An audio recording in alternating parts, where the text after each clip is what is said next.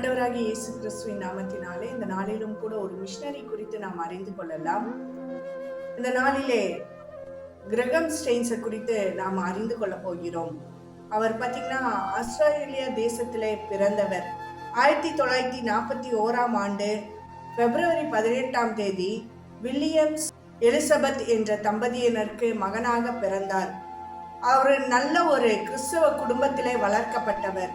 பக்தியுள்ள குடும்பத்திலே வளர்க்கப்பட்டதினால சபை ஆராதனையிலே கலந்து கொள்ளுவார். அந்த சபை ஆராதனையில அவருக்கு 10 வயதாக இருக்கும்போது மிஷனரிகளை குறித்ததான ஒரு பாரத்தை கொடுக்கும்போது இவருக்குள்ளாக அந்த மிஷனரி பாரங்கள் அதிகமாக ஏற்பட்டது.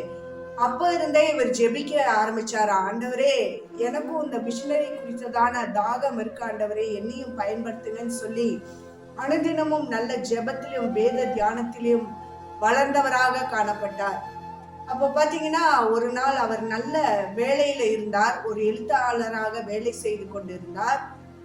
ஒரு அதிகாலை நேரத்துல அவர் ஜெபித்து வேதத்தை தியானித்துக் கொண்டிருக்கும் போது மார்க் 1வது அதிகாரத்தை வாசித்துக் கொண்டிருக்கும் போது அந்த அதிகாரத்திலே ஆண்டவராகிய இயேசு கிறிஸ்து குஷ்டரோகிகளை தொட்டு சுகமாக்கினதை படித்த போது அவருக்குள்ளாக குஷ்டரோகிகளை குறித்ததான ஒரு பாரம் ஏற்பட்டிருக்கு.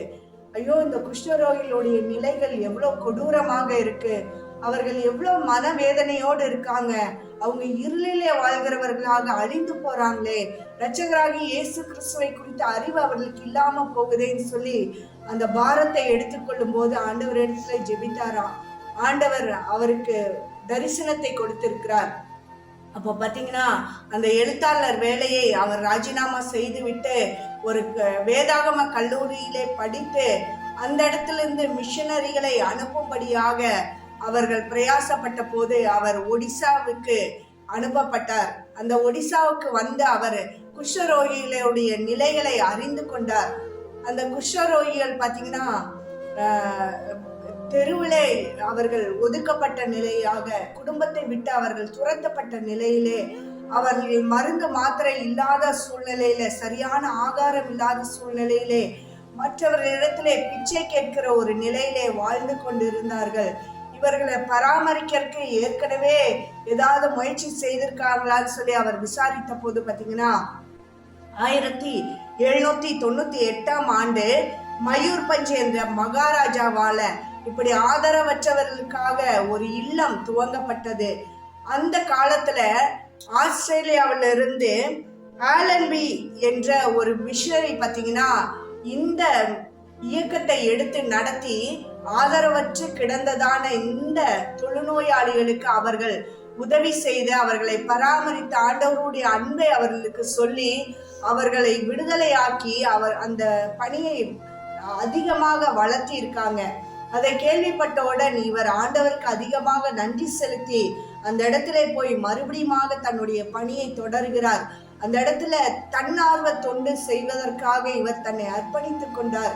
இவர் தன்னுடைய தரிசனத்திலையும் தன்னுடைய அர்ப்பணிப்பிலையும் ஒரு நாளும் சோர்ந்து போகாதவராக அந்த குஷ்டரோகிகளை ஆண்டவராகி இயேசு கிறிஸ்து எப்படி கூசாமல் தொட்டு அவர்களிடத்திலே அன்பு செலுத்தினாரோ அந்த அன்புக்குள்ளாக இவர் நிரம்பப்பட்டவராக ஒவ்வொரு நாளும் குஷ்டரோகிகளிடத்திலே அன்பாக பேசி அவர்களுடைய காயங்களுக்கு மருந்துகளை போட்டு அவர்களை பராமரிக்கிற பணியை செய்து கொண்டிருந்தாருங்க.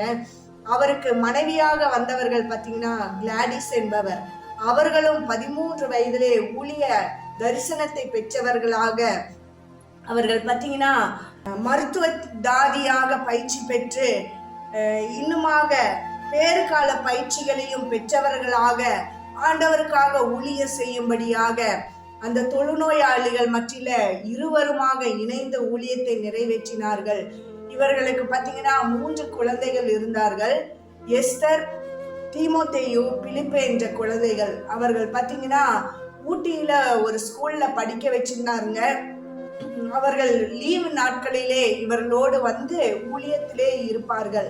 அவர்களுக்கும் ஊழிய செய்யறதுல நல்ல உற்சாகம் ஊட்டி வளர்த்து வந்தார்கள். அந்த மாதிரி ஒரு சூழ்நிலையில அந்த ஒடிசா மக்களுக்கு நல்ல வேலை வாய்ப்புகளை கொடுக்கும்படியாக பார்த்தீங்கன்னா இவர் நல்ல ஒடிசா மொழியை சரளமாக பேச கற்றுக்கொண்டார். அது மாத்திரம் இல்லாதபடிக்கு பரிசுத்த வேதாகமத்தை ஓ என்ற மொழியிலே அவர் முழுவதுமாக மொழிபெயர்த்து அந்த மக்களுக்காக அவர் கொடுத்தார்.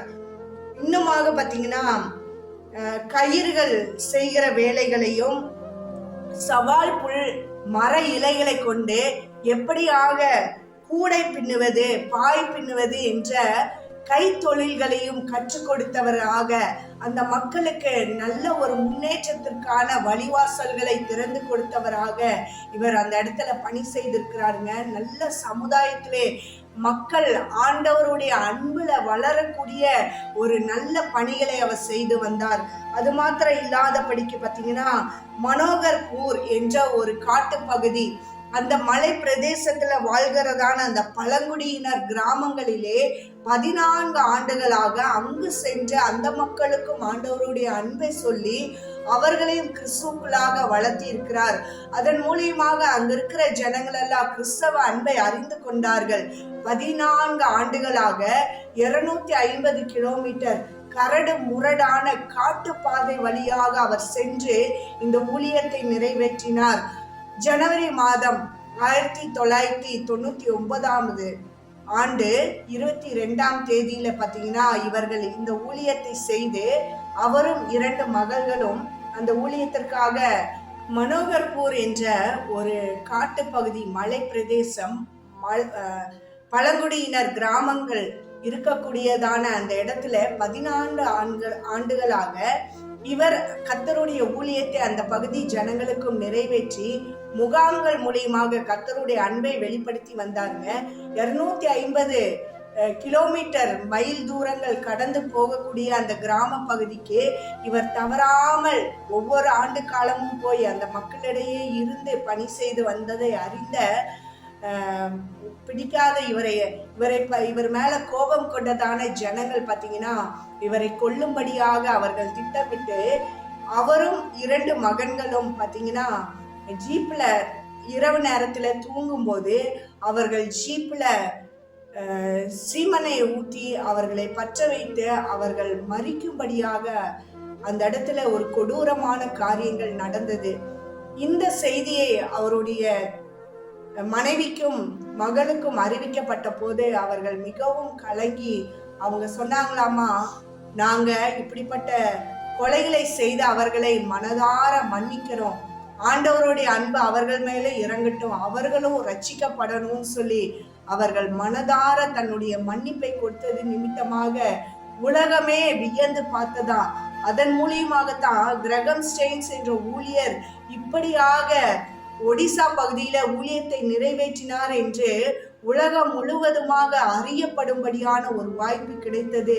இதன் மூலியமாக இன்னைக்கும் பார்த்தீங்கன்னா கிளாடிஸ் அம்மையாரும் அவர்களுடைய மகள் எஸ்தரும் பார்த்தீங்கன்னா இந்த வேலையை இன்னைக்கும் அவர்கள் ஆண்டவருடைய அன்பை அறிவித்து கொண்டு செய்து கொண்டு வருகிறார்கள். அவர்கள் ஒருபோதும் சோர்ந்து போகவே இல்லை. ஏன்னா ஆண்டவருடைய அன்பு முழுமையாக ஒரு மனிதனுக்குள்ளாக இருக்கும்போது பார்த்தீங்கன்னா தெய்வீக குணங்கள் ஆத்மாவிலே ஒரு புதிய பலனை பெற்றவர்களாக, எந்த ஒரு சோர்வையும் பார்க்காதவர்களாக, தங்கள் மேல வைக்கப்பட்ட தேவ திட்டத்தையும் அழைப்பையும் முடிவு பரியந்தம் காத்து கொண்டவர்களாக இவர்கள் வாழ்ந்து காட்டினார்கள். அதன் மூலியமாக கிளாடிஸ் அம்மையாருக்கு நோபல் பரிசுகளை கொடுத்து கௌரவித்தார்கள். இன்றைக்கும் அவர்கள் கர்த்தருடைய ஊழியத்தை நிறைவேற்றி கொண்டு வருகிறார்கள். நம்ப வாழ்கிறதான இந்த நாட்களிலே இப்படிப்பட்டதான மிஷனரிகள் எவ்வளவு தியாக மனப்பான்மையோடு கர்த்தருடைய ஊழியத்தை நிறைவேற்றி கொண்டிருக்கிறார்கள். இன்னைக்கு கிறிஸ்தவ மக்களாகிய நாம் கர்த்தருக்காக எப்படிப்பட்ட வேலைகளை செய்து கொண்டு இருக்கிறோங்க. அவங்க பார்த்தீங்கன்னா வேத வசனத்திற்கு ஏற்ப தங்கள் வாழ்க்கையை முழுவதுமாக மாற்றிக்கொண்டு எல்லாவற்றிலும் தேவனுடைய அன்பையும் மன்னிப்பையும் வெளிப்படுத்தி உலகம் திரும்பி பார்க்கும்படியாக கர்த்தர் யார், இவர்கள் ஆராதிக்கிற தேவன் யார் என்று பார்க்கும்படியாக நடந்து கொண்டிருக்கிறார்கள். இன்னைக்கு கிறிஸ்தவ சமுதாயத்திலே வாழ்கிற நாம் இப்படிப்பட்ட வாழ்க்கையை வாழும்படியாக நம்மை அர்ப்பணிக்கும்படியாக கர்த்தர் இந்த நாளிலே நம்மோடு இப்படிப்பட்ட மிஷனரிகளை குறித்து அறிவித்து கொண்டிருக்கிறார். வேத வசனம் இப்படியாக சொல்லுதுங்க. 2 தீமோத்தேயு 4வது அதிகாரம் 5வது வசனம், நீயோ எல்லாவற்றிலும் மன தெளிவுள்ளவனா இருந்து தீங்கு அனுபவி, சுவிசேஷகனுடைய வேலையை செய், உன் ஊழியத்தை நிறைவேற்று என்ற வார்த்தையின்படியாக கிரகம் ஸ்டெயின்ஸ் உடைய குடும்பங்கள் வாழ்ந்து காமிச்சிருக்கிறாங்க. இப்படிப்பட்ட வார்த்தையின் வல்லமை நமக்குள்ளாக கிரியை செய்கிறதா? நாமளும் இப்படிப்பட்ட மிஷனரிகளை முன்வைத்தவர்களாக, இயேசு கிறிஸ்துவின் அன்பிலே முழுமை பெற்றவர்களாக வாழும்படியாக இந்த நாளிலே அர்ப்பணிப்போம். கர்த்தர் தாமே நம்மை ஆசீர்வதிப்பாராக. God bless you.